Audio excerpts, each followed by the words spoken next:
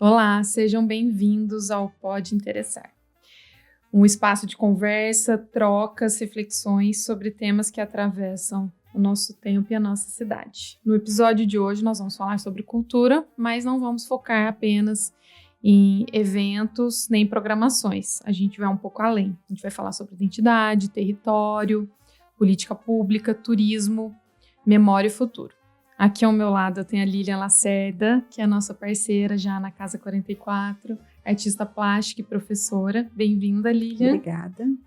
E hoje o nosso convidado super especial para esse bate-papo é o secretário municipal de Cultura, Nando Gonçalves. Nando, é um prazer te ter aqui com a gente. Prazer é todo meu, é sempre bom bater um papo, ainda mais sobre cultura, né, que é a minha paixão. Antes da gente começar a falar, né, sobre tudo isso, eu queria voltar um pouco sobre você, Nando, sobre a sua trajetória, porque a gente sabe que antes dessa parte da gestão pública existe um artista, né, aí com várias atribuições, e eu quero saber um pouco mais sobre você, como que foi essa sua trajetória. Pois é, uma trajetória, esse ano, 26 anos aí da trajetória, mas eu entendo, eu enquanto artista desde pequenininha, até de antes disso, né, quando na escola tinha as apresentações, sejam de teatro ou de dança, que era onde eu me encontrava ali, eu sempre estava muito feliz de estar nisso, né. Mas eu sigo a minha trajetória no teatro e na dança, profissionalmente, muito paralelo aí, né. Fico um tempo aí, tanto enquanto bailarino e ator, e depois como professor de dança, coreógrafo e diretor de teatro, né. E aí, como eu faço faculdade de psicologia, não fiz faculdade na área das artes, né, no momento era o que eu conseguia fazer, eu entendi que eu precisava estudar muito sobre as minhas artes com que eu trabalhava, né. Então eu começo por conta a estudar e começo a dar aula, porque eu entendi que dando aula era um espaço que eu precisava estar em constante estudo. Então dar aula é o fato de eu preciso estar estudando todo o tempo.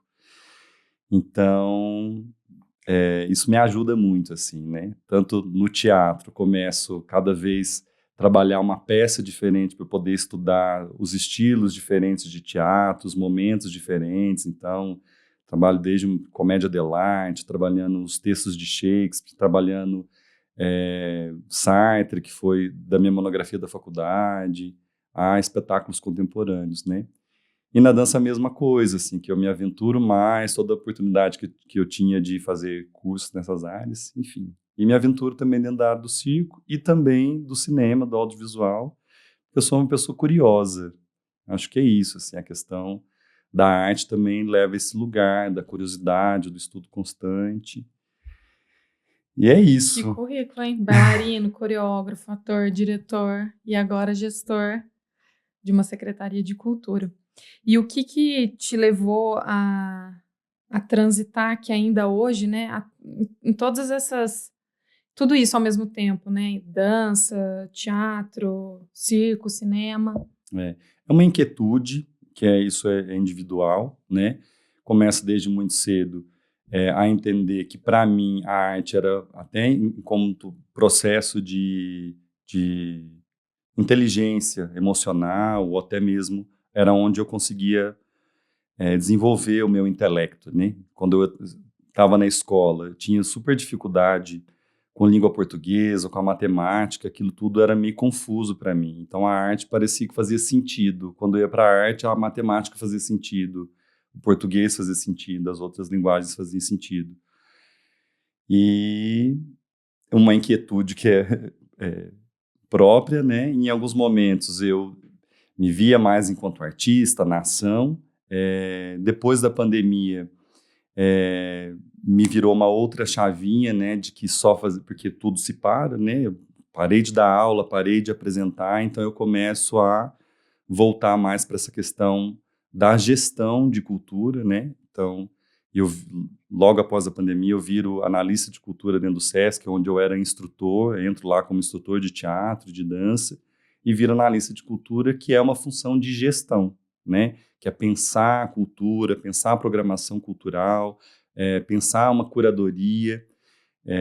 Então, isso vai me levando para outros caminhos, assim, de pensar a cultura de uma maneira diferente, né? Então, também chego na secretaria já entendendo um pouco desse Já universo. tem um repertório sobre isso, né? E você tem algumas experiências bem marcantes, né? A gente viu no seu currículo, então, de novelas, a Turma da Mônica. Como que foi isso? Isso aí, como que isso agregou também, né? Como que foi fazer parte disso?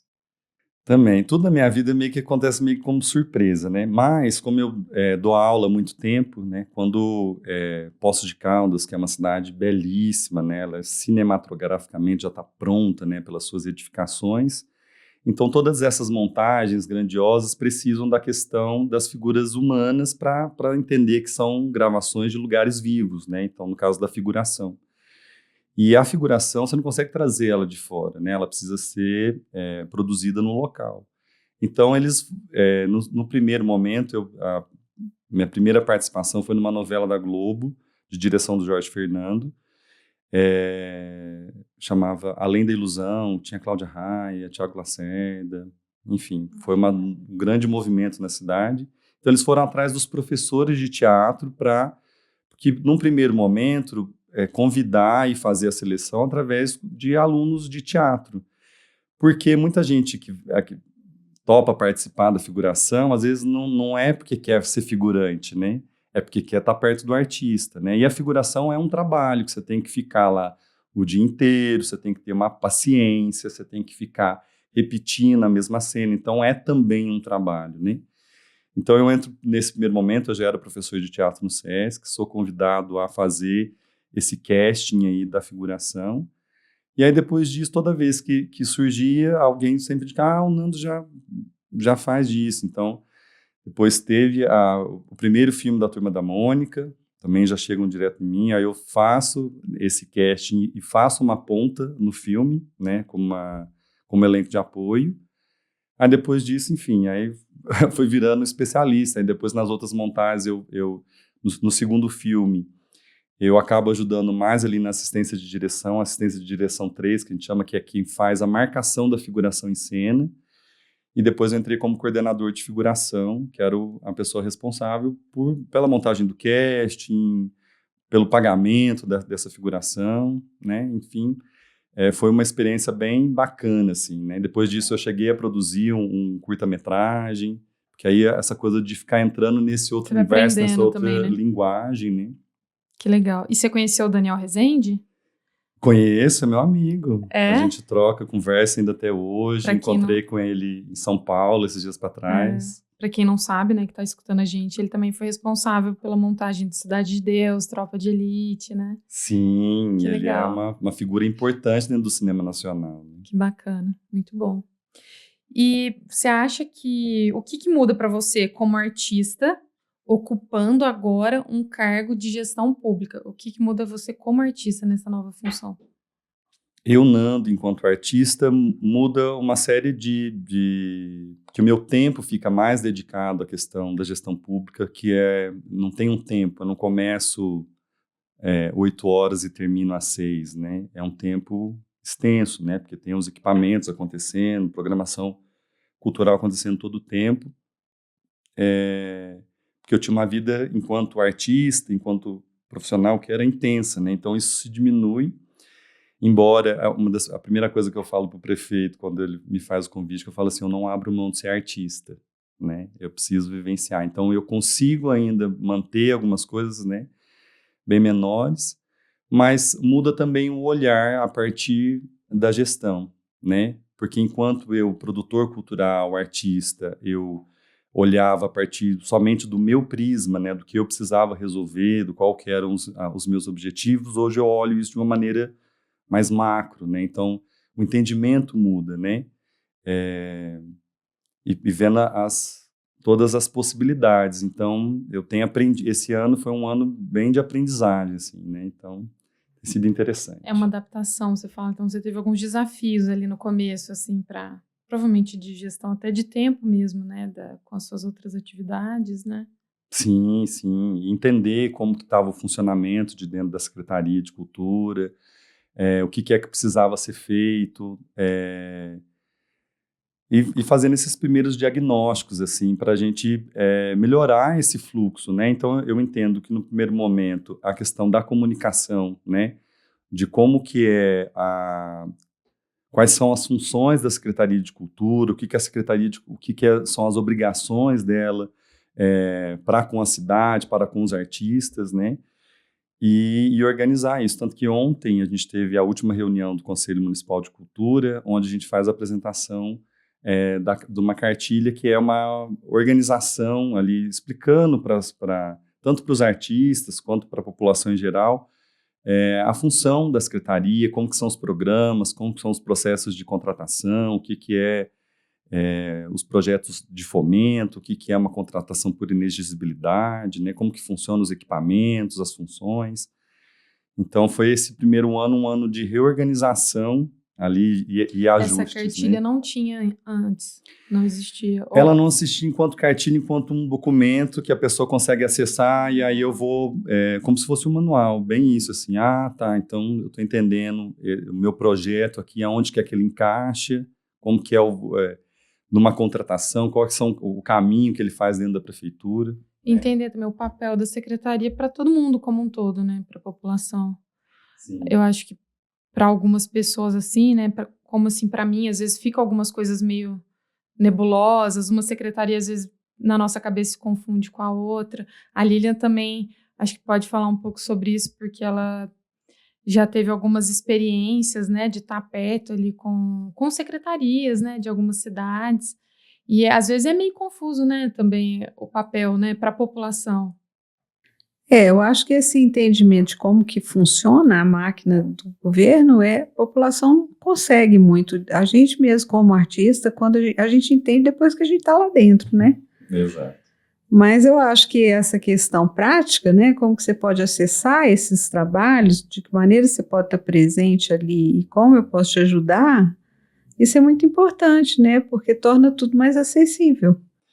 E eu acho que o que muda eu, Nando, enquanto artista e agora como gestor, é porque eu era também uma pessoa que mandava projeto, que me inscrevia no edital, que tinha proposta não aprovada também, e que ia lá brigar com a secretaria. Do outro lado, né? Exato, até também dos meus, quais eram as minhas dificuldades, eu falo, opa, então isso é um ganho, isso é um ponto que é bem positivo, né? De conseguir dialogar melhor, de entender, falar, entendi o ponto aqui. Então, se eu fizer desse jeito e clarear aqui, então a gente vai discutindo para outras frentes, né? E, Nando, nesse primeiro ano que você falou que foi ainda um ano de reestruturação, organização, né, até de ambientação, o que você destaca, assim, como ações e projetos já que a cidade teve, né, nesse primeiro ano da gestão? No primeiro momento, assim, igual eu falo pro pessoal, não tem como eu chegar numa secretaria, tipo, tirar tudo da mesa e vou começar tudo do zero, né? A gente já começa o ano com programações e ações acontecendo, né? Que logo no começo do ano, por exemplo, a gente tem uma ação da cultura popular, que é a manifestação das companhias de reis, né? Então, que já estava ali rodando, dali a pouquinho já tinha carnaval, depois já tinha Semana Santa, já tinha Festival de Inverno. Então, no primeiro momento é de pensar dentro dessas possibilidades ali. Uma primeira grande mudança foi na forma de contratação, que era por inexigibilidade. Então, pela nova lei, o artista precisava apresentar, por exemplo, 3 notas fiscais para conseguir comprovar o valor. Então, isso se muda a forma de contratação, ela vira como credenciamento, onde os valores estão pré-estabelecidos. Então, isso foi uma facilidade, porque muitos dos artistas, dos trabalhadores da cultura, fazem trabalhos para fora da prefeitura, às vezes é um músico que está tocando num barzinho e ele não apresenta uma nota fiscal, né? Às vezes não tem nem recibo para isso, assim, é um combinado, assim, você pegou seu cachê ali no dinheiro e saiu, né? Então era uma dificuldade, assim, para o trabalhador da cultura, né, que ele não vivenciava o seu trabalho como um empresário ou de uma maneira mais formal, né? Trabalhando ali mais na informalidade. Então, essa mudança facilitou. O Festival de Inverno, que é o maior produto ali que a Secretaria de Cultura trabalha, então a gente teve alguns ajustes, né? Por exemplo, na programação, criando os dias específicos de cada segmento, principalmente da área da música.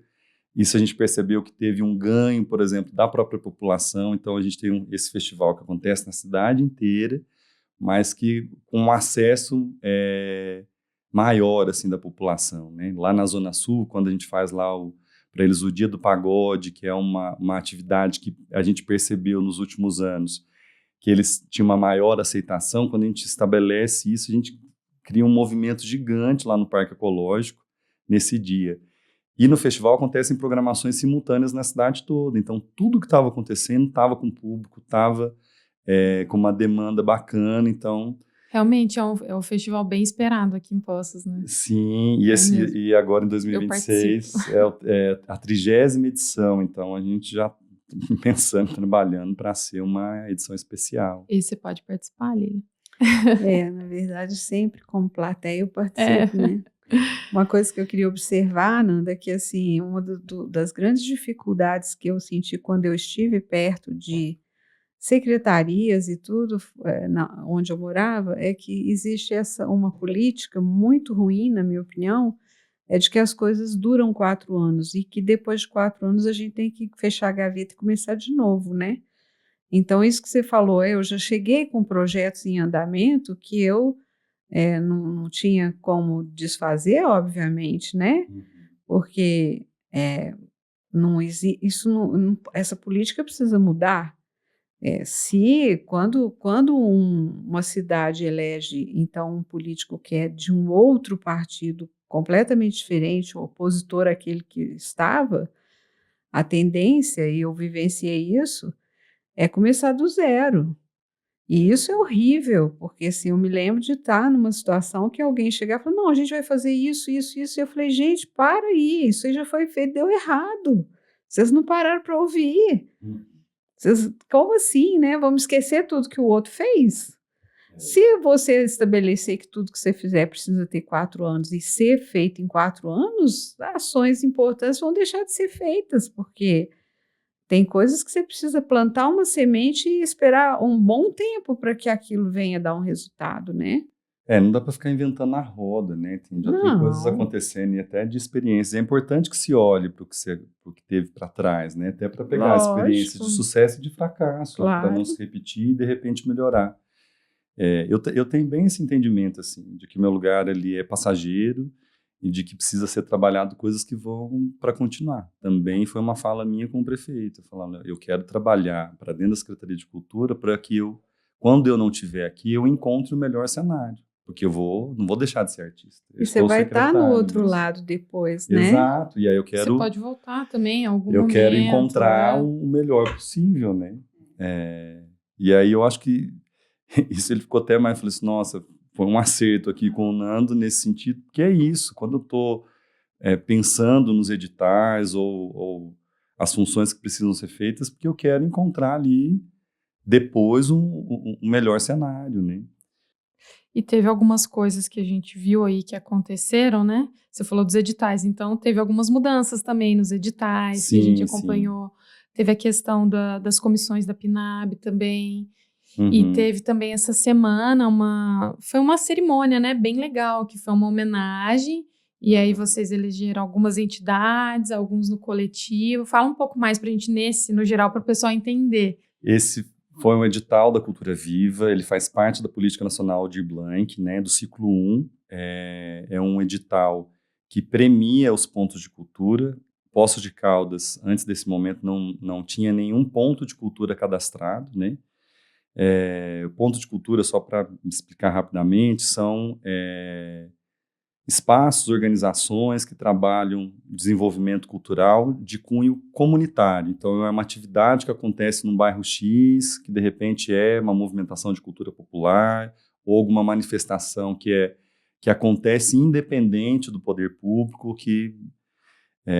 e que através desse edital tem esse reconhecimento. Então, foram pré-certificados 31 pontos de cultura, que a gente vai mandar essa informação para o Ministério da Cultura, eles passam a reconhecer Poços de Caldas agora com 31 pontos, e foram premiados 20 através desse edital, que tem esse recurso oriundo também do governo federal. Então, a gente teve essa assinatura desses termos, que vão ter esses repasses, e é como prêmio a essas instituições, ou associações, ou organizações de coletivo, que recebe esse dinheiro para investir seu próprio projeto ou distribuir entre os seus pares, né? Então a gente teve lá Ternos de Congo, né? O pessoal do Caiapó, o pessoal da capoeira, coletivo de slam, né? De atividades que acontecem na cidade, independente dos editais da prefeitura, por exemplo, né? Então foi bem importante um momento também, um marco ali, né?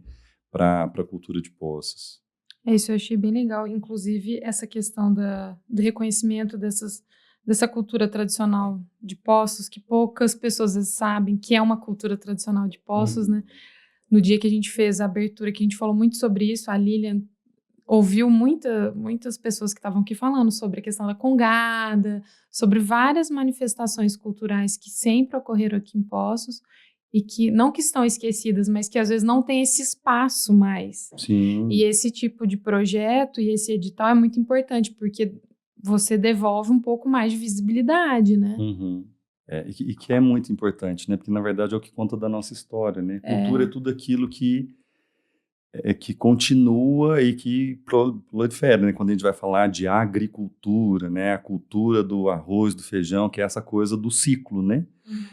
Então, a gente precisa valorizar o que faz parte da nossa cultura, ou seja, da nossa história, né? Porque muitas vezes as pessoas da cidade via a festa, por exemplo, de São Benedito, mas não entendia por que é que o Carrapó, de repente, chegava ali, por que é que tinha a congada, não sabia de onde surgiu essa história. E outras manifestações também da cultura popular, como a cultura popular rural, que é as companhias de reis, né? Que fica também, às vezes as pessoas veem esse movimento, mas não entendem exatamente por que é que surge. E isso é uma atividade que é passada de geração em geração, né? E que é extremamente importante se valorizar, porque conta da nossa história, né? Fala de onde a gente veio. E assim também das outras manifestações. Por que você acha assim, que se perdeu um pouco aqui em Poços? Porque a própria população fica um pouco confusa dessas raízes, né? Acho que todo mundo muito apegado à questão do cassino, das águas sulfurosas, e essas raízes mesmo, né, essa raiz popular ali dessas manifestações parece que não está muito claro assim no imaginário assim da população. O que mais que tem também de raízes? Todas essas memórias também são cultura, né? Até a questão do cassino. Mas aí a gente... porque a gente tem essa mania, né? Do que é o belo ou do que é o diferente, o estranho. Então, quando eu falo... É glamouroso eu falar do cassino, das águas, né? Nossa... Aí eu vou falar da cultura popular, a pessoa que está fazendo uma roupa de chita, né? Então...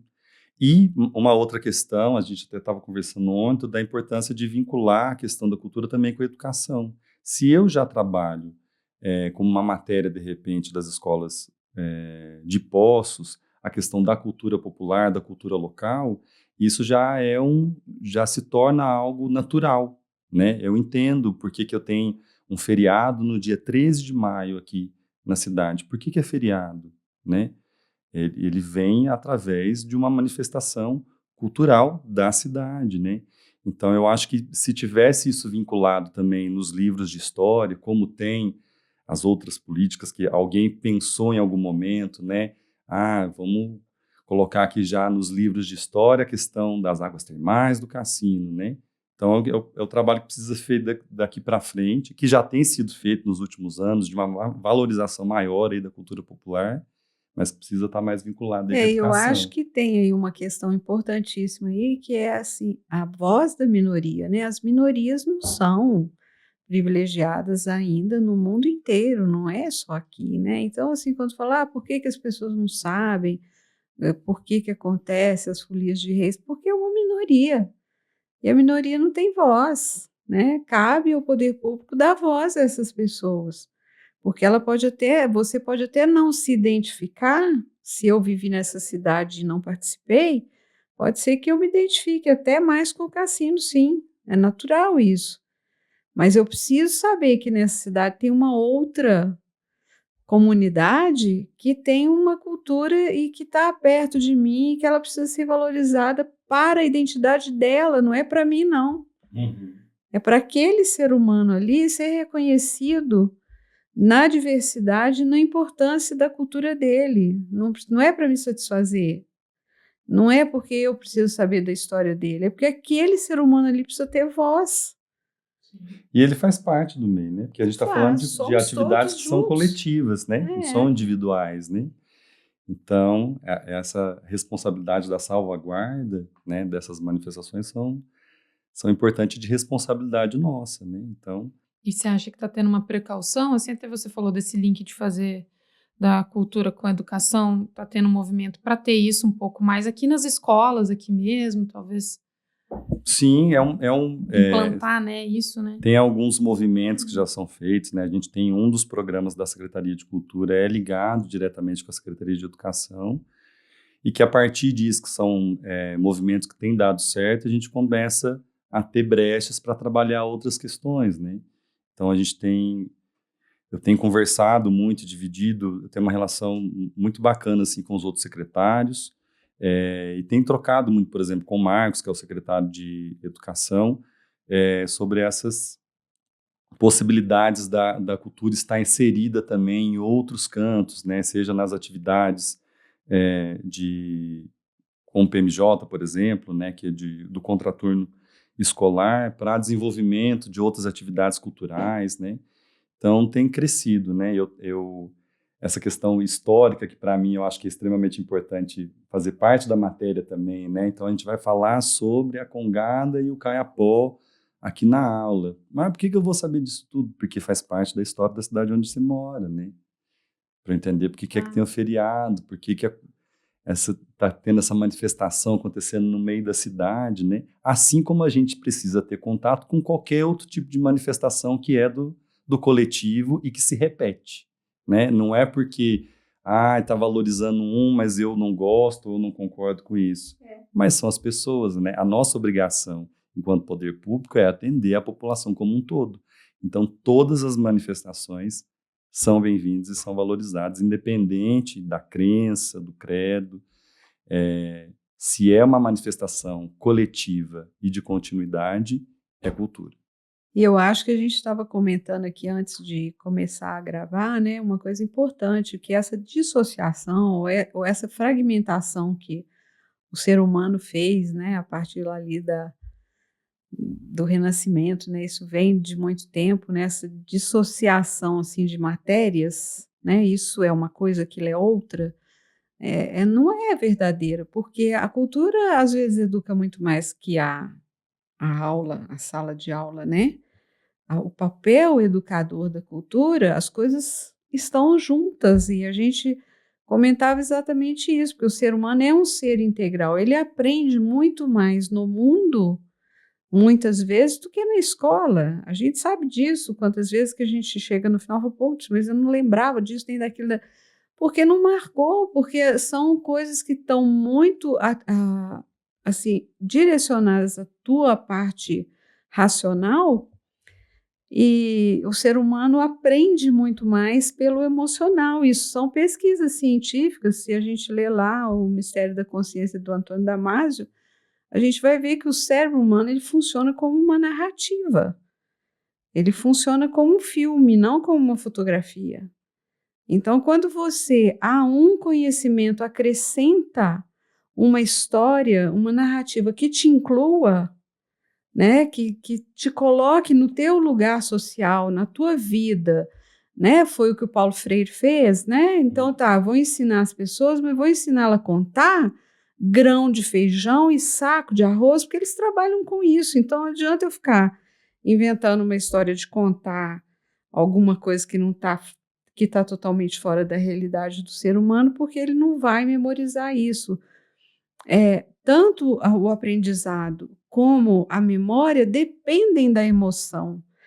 Totalmente, isso é comprovado cientificamente, né, nas questões aí da neurociência. Então, a cultura precisa estar junto com a educação, porque ela já faz esse papel de educar. Às vezes até muito mais, né? Eu brinco às vezes com meu filho, que ele às vezes aparece com umas músicas lá que eu não gosto de jeito nenhum, e eu falo assim, quando eu vejo você escutando isso, eu acho tão bom, Matheus. Ele fala, por quê? Eu falo, porque eu tenho certeza que Freud exagerou no papel da mãe. Eu não tenho responsabilidade tanta assim, não é possível, não tenho, porque você não era para você gostar disso. Então, eu te dei outras referências. pelo amor de Deus, você passou uma vida escutando música clássica dentro de casa, me parece que esse negócio aí não vai rolar. Então, ainda bem que não ficou tudo nas minhas costas, né? Que bom. Ou seja, a gente é sujeito, né? Teve uma época que o ser humano, de repente, parou de escrever indivíduo, né, nos textos de filosofia e trocou essa palavrinha pela palavra sujeito. Por quê? Porque a gente entendeu que a gente é muito mais sujeito a todas as forças. Eu tive um professor que ele falava assim, o tempo todo nós somos pressionados por forças muito maiores que nós. E é verdade, né? A gente está inserido na cultura e a cultura está fazendo força em cima da gente para criticar, para querer, para não querer, para gostar, para não gostar. E esse aprendizado é numa hora que às vezes você não está querendo aprender nada. Você está lá na praça dançando e tudo, mas você está aprendendo. Você não está percebendo. Aquilo lá está marcando muito mais do que aulas e aulas e aulas e aulas de matemática, né? A gente já entendeu, o ser humano já entendeu isso. Mas a gente ainda continua fragmentando tudo, né? As coisas ainda estão potente, em caixinhas, né? Aí, não, vamos juntar a cultura com o turismo. É uma boa junção também. Claro, o artista precisa de vender e o turismo fomenta a venda e tudo. É uma boa junção. Mas não está separado. Eu já ia falar que vamos juntar a cultura com tudo. Não é? É. Mas a gente está na cultura, o ser humano existe na cultura. Exatamente. É o que nos diferencia dos animais. E você sabe, assim... É o que dá bom senso também, Total, crítica. total. Sem isso, o que adianta a gente ter esse caminhão de informações e de conhecimento se não tiver bom senso e crítica, né? E eu ainda falo, assim, complementando tudo isso, que o ser humano ele não vive sem cultura. Ele não dá conta de existir sem a cultura. E a gente teve exemplo muito claro disso na pandemia, quando todo mundo teve que ficar trancado. Se não fosse a cultura, todo mundo teria enlouquecido. Como? Ninguém conseguiu ficar sem escutar uma música, sem assistir um filme, sem fazer um artesanato, sem decorar a sua casa, sem fazer alguma atividade que trabalhasse o sensorial, porque a gente é um complexo de coisas, não é só... estou entendendo que esse momento é um momento de reclusão e eu vou ficar aqui sem que nada dê conta de me estimular para continuar seguindo, vivendo, ficar tranquilo, me expressando, né? O que a gente viu de produções independentes da pessoa começar a escrever, da pessoa começar a pintar, mesmo que ela não vá virar artista, mas ela depende dessas funções para existir, né? Isso, Muitas pessoas se encontraram, né? Também, isso foi bom. É o que diferencia a gente dos animais, né? Se você pegar as formiguinhas, elas se organizam, têm seus papéis, cada uma faz alguma coisa, mas elas não conseguem fazer revolução, né? Elas não conseguem falar assim, não, vamos juntar aqui, porque eu estou achando que é a minha função, eu queria ser mais do que isso, eu queria mandar um pouco mais, estou mandando de menos, estou obedecendo demais, não estou satisfeita. Elas reproduzem um comportamento o tempo todo. Parece que os chimpanzés começaram a conseguir construir alguma coisinha que parece alguma coisa cultural quando eles, nas últimas pesquisas que eu fiquei lendo, que eu acho bem curioso, eles conseguiram assim, entender, por exemplo, que dá para transformar uma coisa em uma ferramenta. Pegar uma coisa aleatória que ele usava, um pedaço de pau que ele não servia para nada, e ele conseguia aprender que ele pode usar aquilo para quebrar um coco. Rudimentarmente é isso, se você for pensar. O ser humano não, ele só existe na cultura, mesmo que seja a negação dela. Se ele fala assim, não, eu não gosto, eu vou viver isolado, eu quero viver num sítio e não quero ter contato, é um posicionamento cultural. É uma não aceitação de uma cultura numa atitude extremamente cultural que a pessoa faz, né? Então, a gente só existe na cultura, por isso que ela é tão importante, né? Exato, por isso eu falo que ela tem que estar inserida em todos os contextos, né? Eu estava dizendo também aqui no começo que para mim, a cultura é uma que consegue permear tudo, ela é muito capilarizada, ela é muito fluida, né? Seja no processo para aprendizado, para passar uma mensagem, do que é que se registra, né? A gente tem muita mais facilidade de decorar, de repente, uma música do que se eu for pegar... Tanto que os professores começaram a fazer isso, né? Fazia a musiquinha ali da física e aí eu gravava a fórmula, porque eu estava ali... eu estava usando arte para poder associar. E não devia ter separado isso, porque, na verdade, na evolução humana, ela começa a se comunicar só com arte, né? Você vai lá ver a pintura rupestre, ele estava contando a história dele, ele dançava, ele se comunicava com sons, para depois ele aprender a comunicar, a falar, a criar a palavra, né? Então, ele foi artista primeiro, antes de qualquer coisa. Então, isso faz parte do ser humano, né? Então, esse entendimento é muito potente, mas também é muito perigoso, porque aí você perde o controle das massas, né? Todo mundo é um ser pensante, crítico e que vai contestar. Então, esse é o grande, ao mesmo tempo que nossa, gente, vamos deixar a cultura quietinha, que assim, não dá muito espaço, não, porque senão a gente, o que vai virar? Ou dá só aquela cultura de massa mesmo, né? Que É por isso que eu acho que não podia separar a cultura da educação, porque a cultura alienada, eu comentava isso com a Lídia, cuidado, quando a gente usa a palavra cultura, tem cultura muito ruim, né? Tem coisas culturalmente muito ruins, e não estou falando de valor, eu estou falando de falta, às vezes, de conhecimento, de falta de ética, de falta de valor, de falta de pesquisa, né? As pessoas entram por um caminho e não perceberam que aquele caminho não é real, não é verídico, não é o que foi pesquisado e tudo, e vão por caminhos, às vezes, muito ruins, né? O que a cultura precisa é estar atrelada ao conhecimento. Porque aí, quando eu falei com você, eu acho que cultura que eu espero para o planeta, eu espero uma cultura pela paz. E a cultura pela paz, ela depende do conhecimento do outro, da escuta do outro, da empatia, né? As pessoas falam muito hoje em tolerância, eu detesto essa palavra, porque quando eu falo tolerância, a impressão que eu tenho é assim, tá bom, eu te aguento. Mas eu não te entendi, eu não me coloquei no teu lugar, não tive empatia por você, né? E essa cultura da paz, ela obriga, se nós tivéssemos isso como prioridade, nos obrigaríamos a olhar o outro, a entender o outro, a dar valor ao outro, a estar no lugar do outro para poder fazer um julgamento de como será que aquilo está acontecendo na vida daquela pessoa, né? E essa guerra extrema, essa falta absoluta que o mundo vem caminhando, assim, dessa compaixão com o ser humano, um com o outro, é uma falta desse fomento da cultura do conhecimento do outro, da escuta do outro. Sim.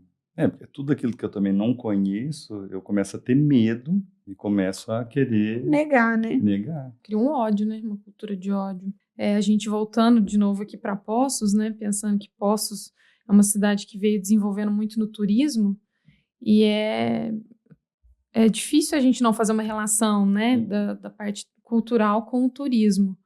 Mas também a gente tem que tomar cuidado para as coisas não se confundirem. Como que você enxerga essa relação hoje com o turismo, né, bombando em Poços em relação com a cultura? Eu acho que tudo se soma. Eu acho que não precisa ser, só vai ser isso ou só vai ser aquilo, né? A gente entendeu aqui, estamos conversando sobre a importância da cultura estar atrelado a um processo de educação, de conhecimento, mas também, como já diria a música dos Titãs, a gente não quer só comida, a gente quer diversão, balé, né? Então, o turismo também entra nesse lugar que ajuda eu também a dizer um pouco da história, ajuda eu também a fazer desenvolvimento do conhecimento, né? Quantas vezes quando a gente viaja para outros lugares, é tão bacana quando a gente vai e conhece a cultura daquele lugar, pela dança típica que se tem, né? Então, ela é esse lugar do trabalho também, né? Dessa produção cultural. Eu não acho ruim, na verdade, de novo, eu acho que tem que se somar. Eu quero ver a cultura inserida dentro do processo de obras, por exemplo, né? Quero ver a cultura inserida dentro da saúde, enfim, em todas as frentes possíveis, né? E é claro que a gente aproveitando isso na cidade de Poços de Caldas, ela se destaca aqui dentro do estado de Minas Gerais, porque ela tem um público chegando aqui, né? Que demanda da cidade uma série de coisas. Então, se eu posso ali oferecer esse entretenimento para fazer com que a cidade seja atrativa, né, ela acaba potencializando aí outros setores, né?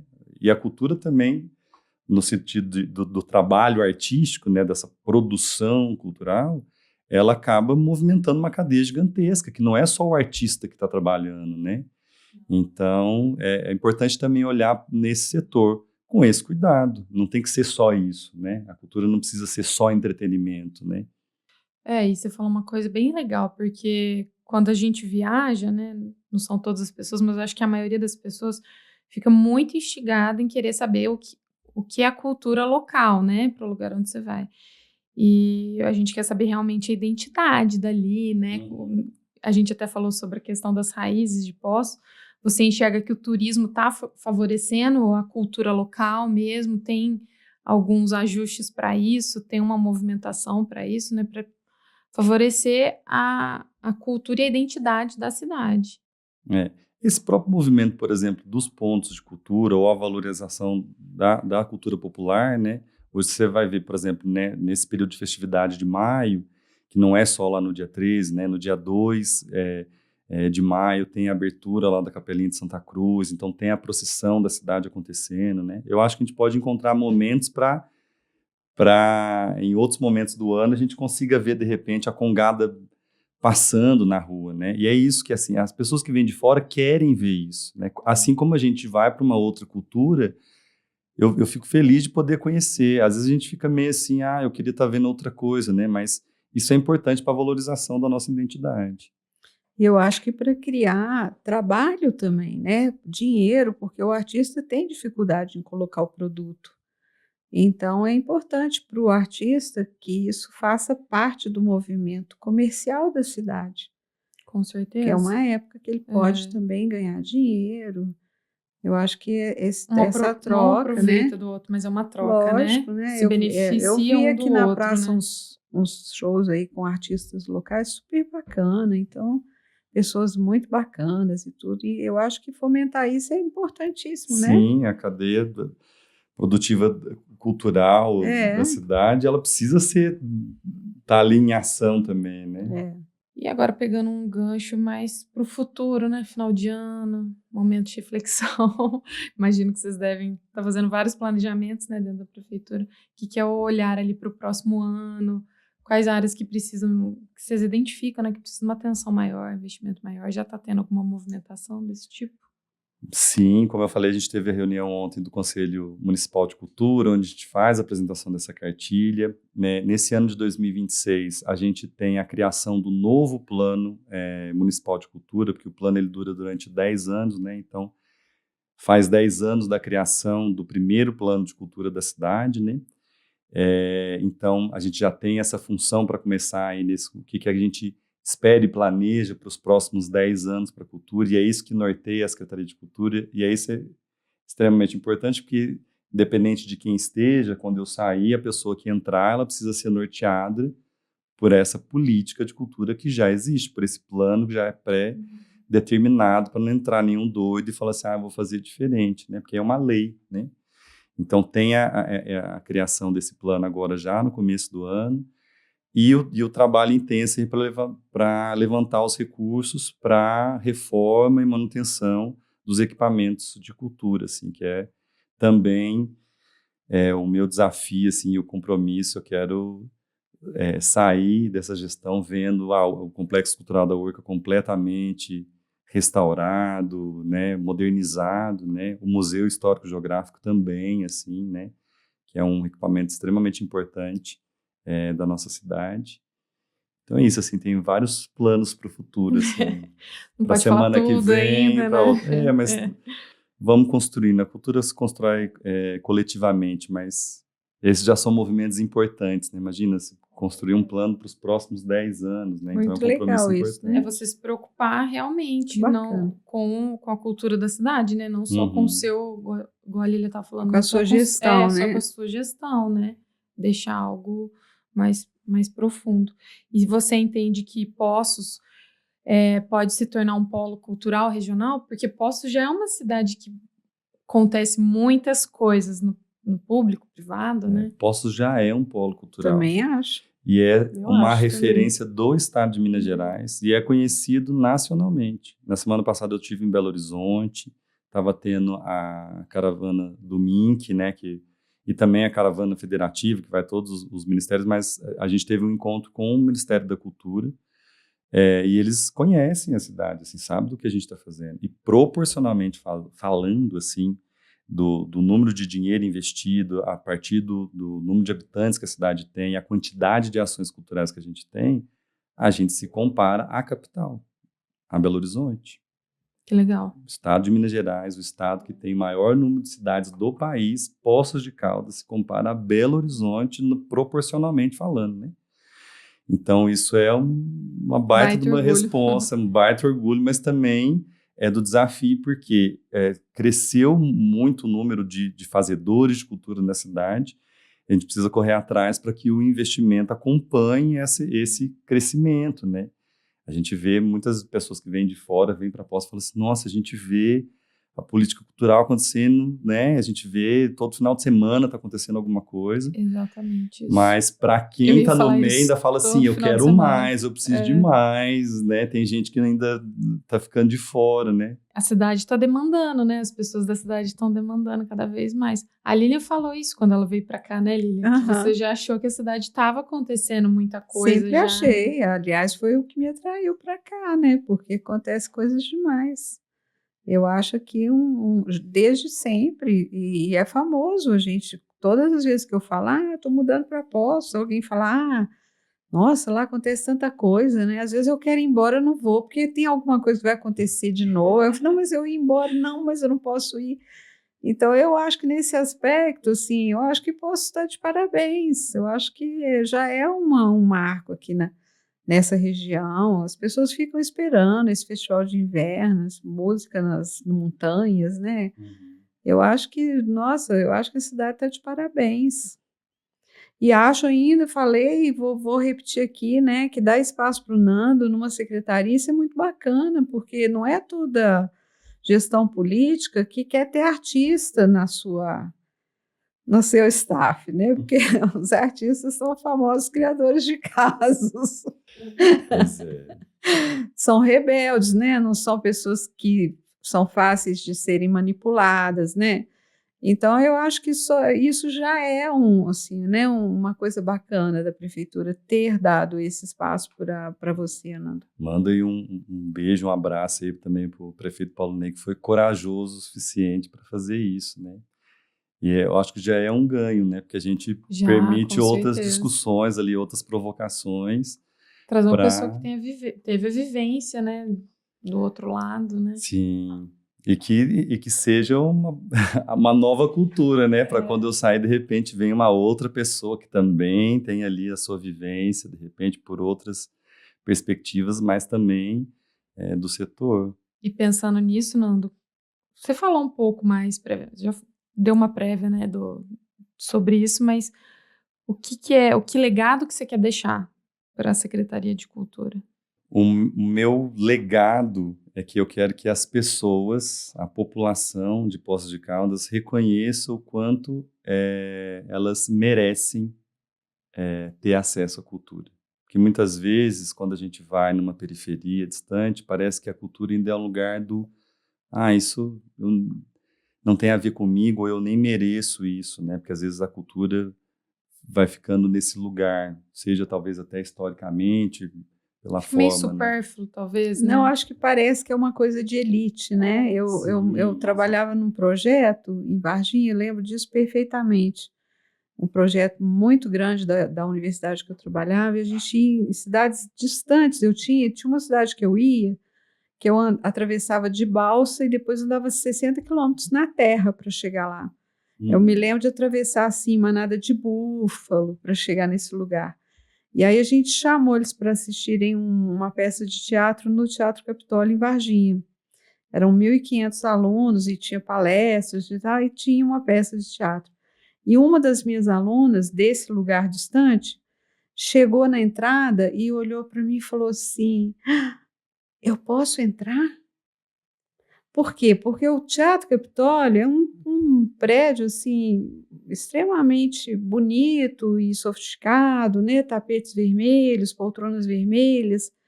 Eu vi que ela estava com o vestido mais bonito que ela conseguiu colocar, aquele vestido simples, mas que você via que era o de festa dela. E ela me emocionou demais, porque assim, ela não se achava com a permissão de entrar num lugar daquele. Porque a cultura erudita, especialmente, ela é muito pouco ofertada pelo poder público. Até porque é caro às vezes, né? Muito mais fácil às vezes você trazer um cantor do que uma orquestra sinfônica, né? Por exemplo, né? Então, assim, aquilo me comoveu profundamente, né? Aquela pessoa simples, com o melhor vestido que ela podia conseguir, pedir permissão. Falei, mas minha filha, você é a convidada principal desse evento. Você está sendo chamada aqui para participar disso, né? Então, eu acho que as pessoas às vezes não participam, por isso que eu falo e insisto. A gente tem que dar a voz à minoria, aos mais fracos. Sim. E aí o que eu tenho tentado provocar com os produtores, os fazedores de cultura na cidade, que na elaboração dos seus projetos, que vá para além só daquilo que eu sei desenvolver de melhor, né? Mas que eu também esteja pensando em quem vai receber esse trabalho, né? Eu quero fazer meu projeto para acontecer lá na Zona Sul, né? Mas que eu vá conhecer essa comunidade, que eu vá entender quais são as demandas, as vontades, as dificuldades, e comece a desenvolver e adaptar o meu trabalho para chegar nesse lugar, né? Que aí a gente vai aproximando isso, né? Quando a gente olha na Constituição e que o acesso à cultura ela está em igual direito à saúde, à educação, né, ao esporte, eu fico imaginando de eu ir em qualquer bairro, do mesmo jeito que eu vejo uma quadra, um postinho de saúde, uma escola, ver um equipamento de cultura, né? Isso eu não sei se eu vou conseguir ter há 4 anos, mas pelo menos que a cultura esteja acontecendo em todos os lugares de alguma maneira. Esse é o meu legado, porque para mim o mais importante é que as pessoas tenham acesso a isso. Porque muito tempo ficou-se no entendimento que a Secretaria de Cultura ela funciona simplesmente para o artista, né? O artista ele é extremamente importante, mas ele é o caminho. O fim precisa ser as pessoas, porque eu estou falando de uma gestão pública, né? Então que vai para o público, né? Então esse é um grande desafio, é para onde eu tenho olhado, assim, né? E o que Gente, formação de plateia, isso é a coisa mais importante. Em Varginha eu participava de um projeto que chamava Música na Roça. E eu achei a coisa mais linda, que um dia eu entrei no refeitório da escolinha rural, enquanto eu esperava meu amigo dar aula, e eles tinham pregado vários recortezinhos assim, de jornal, de revista, de muitos músicos famosos, sabe? E eu sentei do lado de uma criança, e tinha um Villa-Lobos pregado assim perto de mim. Eu falei para ele, você sabe quem que é esse aí? Aí ele olhou para mim e falou assim, nossa, você não sabe não, é o Villa-Lobos. Então isso é muito bacana, porque é isso, você tem que fazer o outro reconhecer, porque a gente não reconhece aquilo que a gente não conhece, é reconhecer. Então, a política pública ela tem que levar esse conhecimento àquelas pessoas que não têm acesso a ele, para que eles participem e tenham vontade de participar, né? Que é hoje o grande desafio, formação de público, formação de plateia. Coisas que sempre me encantaram assim, na minha trajetória dentro da área de cultura, principalmente dando aula, né? Que eu já dei aula acho que em todos os cantos aqui dessa cidade, de ver primeiro quanto que a arte ela é potente, assim, transformadora, é o que eu vejo de mais potente na transformação social, para mim até hoje, foi o contato com a arte, né? E eu trabalho num projeto em Palmeiral, que é um distrito de Botelhos, que tem um centro cultural lá, eu sou professor de teatro, um lugar que é uma zona rural, né? E nesse trabalho de desenvolver ali teatro e ver que tudo que eu faço ali, a comunidade inteira desce para assistir, porque é diferente, porque não tem acesso, e aquilo agora começa a se transformar algo que é de costume, que eu falo, gente, é isso, assim, é possível também dar outras possibilidades, porque senão sempre nesses lugares vai chegar o que é de mais fácil. Depois eu vou criticar, ai, nossa, mas você está só escutando esse tipo de música, essa música está conseguindo chegar ali de alguma forma, né? Então eu preciso criar esses acessos das outras possibilidades. Esse ano eu fui com o Marcos, com o secretário de Educação, a gente foi visitar o Instituto Bacarelli, que é uma escola de música no meio de uma favela de São Paulo, da favela de Heliópolis, né?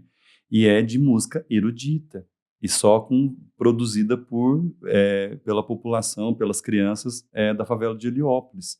E é um projeto extremamente potente, porque você permitiu que aquela comunidade tivesse acesso a algo que provavelmente ela jamais que aquele aluno ia estar fazendo uma aula de cello, de E baixo nem da acústico, família, né? tudo. Que provavelmente a família Pois também é. não teve acesso, né? Uhum. É isso, né? E o tanto que isso é transformador. Então, quando a gente vê isso acontecendo, as pessoas que têm acesso à cultura e se reconhecem, conseguem se expressar e potencializam outras inteligências, porque a nossa inteligência não é só essa lógica, né, das escolas. Por isso que eu falo que a cultura me salva nesse sentido, porque eu, quando era um menino mais novo, eu achava que eu era fraco na escola, ou que eu era burro em algumas vezes, porque eu não conseguia acessar simplesmente aquele formato. E aí, quando eu começo, desde muito novo, a ter acesso à cultura, e eu começo a desenvolver minhas inteligências em outros lugares, eu falo, opa, tem outro lugar aqui que eu posso acessar o conhecimento, né? Então, eu trabalho para isso, assim, independente de eu estar enquanto secretário de cultura, é o meu objetivo de vida, assim, né? O que Você me acredita, faz, né? é, E, Nando, pra gente fechar esse bate-papo aqui, que tá muito legal, queria saber que mensagem você deixaria para os artistas, produtores de cultura.